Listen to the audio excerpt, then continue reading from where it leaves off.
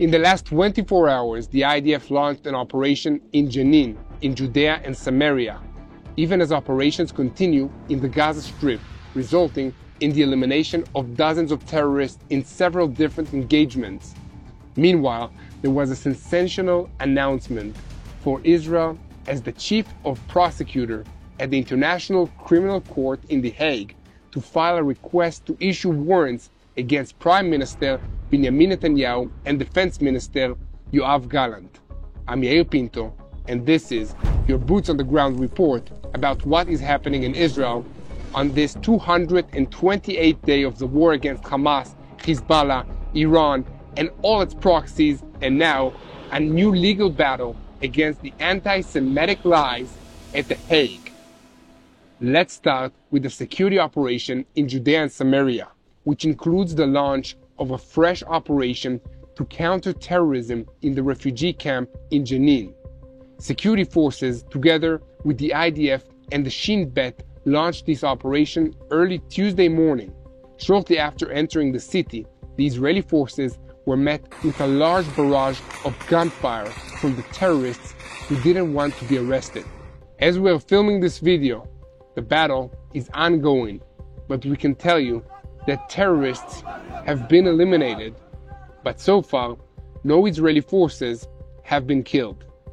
This ground operation followed several days in which the Air Force launched strikes to take out senior terrorists in the city. The most important of them was Islam Hamisha, who was responsible for a series of attacks against Israeli citizens over the last few years, including May 2023 Halami shooting attack in which Meir Tamari was murdered, and another attack in June of that same year in which another Israeli was wounded. Jenin has been a hub of terrorist activities for many years, and several attacks against Israelis were carried out by the terrorist operatives from this city. The IDF has struck back, including an operation 2 months ago, which eliminated Ahmed Barkat Abu El-Hani, one of the commanders of the Jenin battalion, who was also one of the people responsible for the attack in which Tamari was murdered. Another senior terrorist who was eliminated is Muhammad Hawashin, the commander of the terrorist infrastructure of the Palestinian Islamic Jihad organization in Jenin in the West Bank. We will continue to watch the operation in Jenin and bring you updates going forward. In the meantime, please keep helping us spread the truth of what is happening in Israel. Take a minute and click the follow button. Please subscribe to this YouTube channel so that together we can give the truth its rightful place. Switching our focus to the south, the IDF is engaged in hard fighting throughout the Gaza Strip. Division 98 forces continue fighting in the heart of Jabalia, alongside soldiers from the Parachute Brigade and the 460th Brigade, the 7th Brigade, and other units of the IDF. These soldiers have been involved in numerous battles that have left dozens of terrorists eliminated and large stocks of weapons and ammunition confiscated. According to reports I've heard from friends of mine while fighting there, the battle in Jabalia has included some of the most violent and dangerous encounters with Hamas terrorists since the start of this war. It might be that the terrorists know their end is near, so they are feeling desperate, feel like they have nothing to lose, and so they are willing to fight harder and take chances that they won't have taken earlier. Please be in urgent prayer for the safety of these IDF soldiers who are fighting for all of us. While these battles continue in Jabalia, soldiers from Division 162 continue fighting in Rafah. Soldiers of the Givati Brigade and the 401st Brigade are also engaged in Rafah and have inflicted heavy losses on Hamas, including the elimination of many terrorists and the destruction of rocket launchers and weapon stockpiles. Another issue that all these units have encountered in Rafah is tunnels, some used for smuggling weapons and equipment under the border with Egypt, and some used by the terrorists for internal communications and movements. A team of the Gallant unit of the IDF has been deployed to use drones, cameras, and computers to search for the entrances to these tunnels so they can be mapped and destroyed. As soon as the terrorist is observed emerging from a tunnel, an airstrike is detected at that spot to eliminate him and mark the entrance to the tunnel. Then, specially trained engineers and commandos are sent down into the tunnel to make the necessary preparations for its destruction. This is a tedious, difficult, and dangerous process, but it is the only way to eliminate the threats that these tunnels pose. We will continue to report on the IDF's fighting in Gaza, so please take an active part in spreading the truth. Please consider making a financial donation to us by clicking the link on this YouTube channel or by going to our website at www.tbn.org/Israel. Switching our focus again to the northern border area. In the last 24 hours, yet another senior Hezbollah commander was eliminated by an IDF airstrike. This time, it was Qasem Skalawi, the commander of the rocket and missile array in the coastal sector. This evil terrorist was responsible for planning and executing the many rockets attacks on Israeli civilian communities over the past several months, as well as coordinating the terrorists who fired daily anti-tank missiles at IDF troops along the border between Israel and Lebanon. He won't be doing that anymore, and that's something we can all be grateful for. Please help us to spread the truth by subscribing to this YouTube channel and sharing these videos with as many people as possible. This is more important than ever because our next story demonstrates that the International Criminal Court Chief Prosecutor Karim Khan announced on Monday that he intends to request warrants for the arrest of Israeli Prime Minister Benjamin Netanyahu and Defense Minister Yoav Gallant at the same time as he is requesting warrants for Hamas leaders. This announcement led to alarm the defense establishment, which fears that the court will also pressure warrants against senior IDF officials led by the Chief of Staff, Herzi Halevi. In addition, preparations are being made for the possibility that Netanyahu and Gallant will not be able to fly to certain countries that are a party to the Rome Convention, which is the foundation of the ICC, the International Criminal Court. Emergency meetings have been held in the last 24 hours between the Attorney General and the IDF Chief Prosecutor's Office, as well as between other government ministries working on this issue. So far, the legal officials in the IDF are saying that the fact that at this stage no warrants were issued against senior members of the IDF shows that the ICC makes a distinction at this stage between the political and the military ranks. The Office of the Military Prosecutors and the Foreign Ministry are working behind the scenes to try and make sure that there will not be any efforts to pursue warrants against IDF officers. Several statements of disapproval for the ICC's prosecutors' move have already been issued by Israel's allies, particularly the United States, which along with Israel is not a signatory to the Rome Convention and does not recognize the ICC's authority. If I can offer my own thoughts on this subject, I invite you to take a look at the two UN courts in The Hague, the International Criminal Court and the International Court of Justice. These two institutions are housed in magnificent buildings decorated with traditional symbols of law and order, justice, and fairness. Inside these buildings, there is a chief prosecutor and defense attorneys, judges who are emblemed in black robes, lawyers, assistants, and courtrooms. But the truth is that any connection between all these symbolism and actual justice is purely accidental. For several decades now, the whole idea of international law has deteriorated into a bad joke.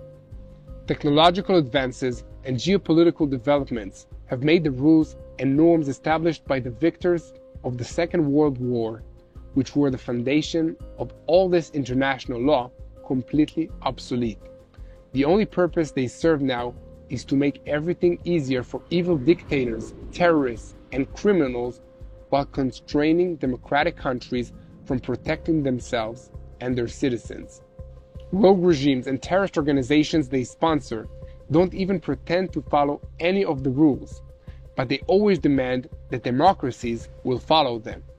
It's been a long time since terrorists hijacked an airplane, but they have now hijacked these tribunals meant to bring order and justice to a chaotic world and have turned them into another weapon in their arsenal of violence against democracies.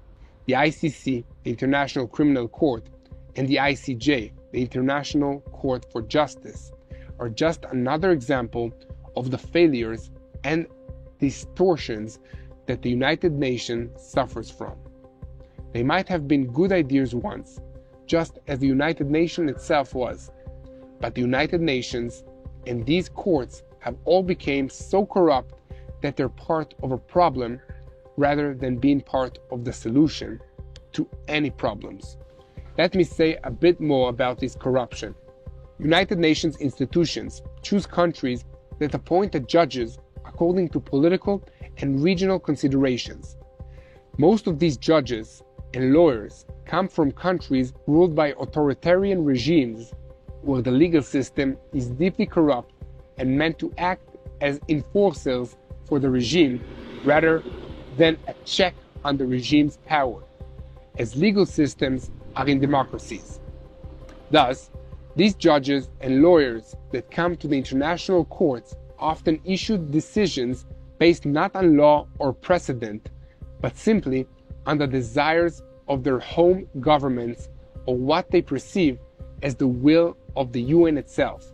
All of that having been said, although Israel is not a party to the Rome Convention and thus not under the jurisdiction of these courts, we cannot simply ignore what's going on there. Investigation of Israeli leaders and arrest warrants, if carried out, will cause heavy damage to Israel in many ways. The democratic countries, aside from the United States, which should be Israel's natural allies, still take the UN tribunals seriously, despite all the corruption I spoke of earlier. International institutions, corporations, and financial institutions will also have no choice but to take this seriously, as they do business in many countries which will demand that they do so. Therefore, it is necessary to launch a serious public relations campaign against the prosecutor and refute all his claims against Israel. This effort must include the recruitment of as many friendly political leaders, influencers, and opinion makers as possible. The assistance of Dutch leader Geert Wilders, who has just formed a governing coalition, will be crucial in this effort, as the courts are on Dutch soil. Obviously, we must also pray into this issue, and I'll speak more about that in just a moment. United States President Joe Biden reacted strongly against the announcement by the ICC chief prosecutor Karim Khan, claiming that his decision to request arrest warrants against Israeli officials is a scandal. He went on to declare that no matter what the prosecutor tries to imply, there is no equality between Israel and Hamas. We will always stand by Israel against threats to its security. Israeli Prime Minister Benjamin Netanyahu also attacked the decision in a statement following his signing of a Knesset statement condemning it, which was approved by 106 out of 120 MKs. Netanyahu said, "The absurd and false order of the prosecutor in The Hague is not only directed against the Prime Minister of Israel and the Minister of Defense, it is directed against the entire state of Israel. It is directed against the IDF soldiers while fighting with supreme heroism against the vile Hamas murderers who attacked us with terrible cruelty on October 7th. Directly addressing Khan, Netanyahu said, "With what audacity do you dare compare the monsters of Hamas to the soldiers of the IDF, the most moral army in the world? With what audacity do you compare between the Hamas that murdered, burned, butchered, raped, and kidnapped our brothers and sisters and the soldiers of the IDF who fight a just war that was no equal in morality. American Secretary of State Antony Blinken also published a harsh statement against Khan, saying the United States completely rejects the announcement of the prosecutor of the International Criminal Court, ICC, about the request for the arrest of senior Israeli officials along with warrants for Hamas terrorists. We reject the comparison made by the prosecutor between Israel and Hamas as shameful. Hamas is a brutal terrorist organization that carried out the worst massacre of Jews since the Holocaust and still holds dozens of innocents, including Americans. The International Criminal Court responded to Blinken, saying that the prosecutor spent 3 years trying to improve the dialogue with Israel and obtain information relevant to the investigations. Despite significant efforts, no information was received that proved real action to deal with the alleged crimes. However, Blinken also revealed that a delegation from the prosecutor had informed Israel that it would not be coming, while at the same time, Khan began speaking on CNN about his decision. Israel confirmed the words of the United States Secretary of State regarding the relationship with Khan and the arrival of the team on his behalf, and accused the prosecutor of acting with surprising and unexpected bad faith when he published his announcement at the last minute. Prosecutor Khan was prepared for the publication of this message and also recorded a video, and this despite the fact that he knows that his team was on their way to Israel for meetings with Israeli officials. Israel fears that the move indicates that Khan was looking to surprise Israel and make headlines at its expense, which reinforced his lack of good faith. I must state my personal position on the matter.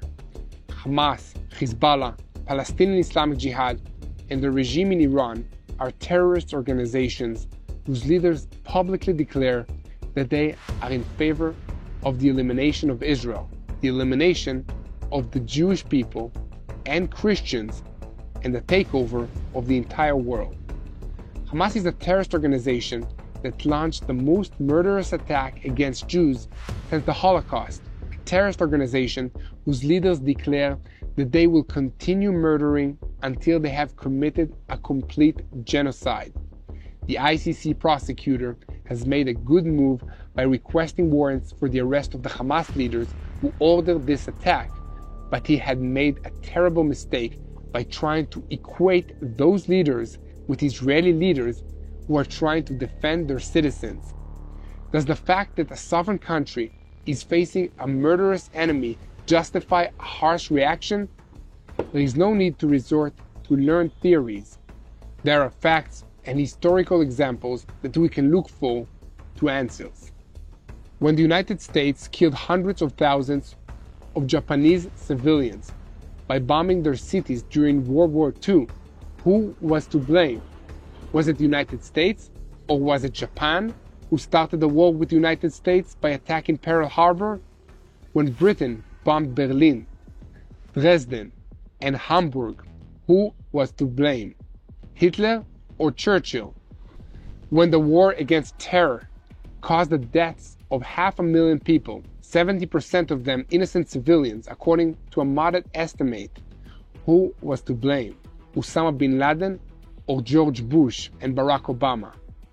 When the US-led coalition destroyed 70% of the buildings in Mosul and Iraq just a few years ago, who was to blame? The US or ISIS? Everyone agrees to the obvious answer to all these questions, but for some reason, when it comes to Israel, there is all kinds of confusion and uncertainty. There is not and has never been a war waged against the forces of evil and barbarism which did not include casualties among uninvolved civilians. Israel is not indifferent to the tragedy of this, but the IDF does a better job in minimizing civilian casualties than any other modern army. The UN's recent adjustment of their estimates of civilian casualties in the Gaza Strip down to half or less of what Hamas was claiming should make this obvious to anyone with moral integrity. Sadly, there are a lot of people who do not have any integrity, who are spreading all kinds of lies and slander against Israel, and there are many other people who are ready to believe these lies. That's why I'm asking you once again to help us spread the truth. Share and follow these videos, subscribe to this YouTube channel, and most importantly, pray for the peace of Israel and for the peace of the IDF soldiers and for the fact that some truth will reach the blind people who hate Israel. And most importantly, don't forget to pray for the peace of Jerusalem, and together we will win this war. Hello, this is Mati here in Jerusalem with TBN Israel. This is Yair Pinto from TBN Israel here in Jerusalem. TBN Israel is keeping viewers informed with Israel-focused news, culture, and what God is doing in this land. Support TBN Israel today online at tbn.org/Israel. Thank you.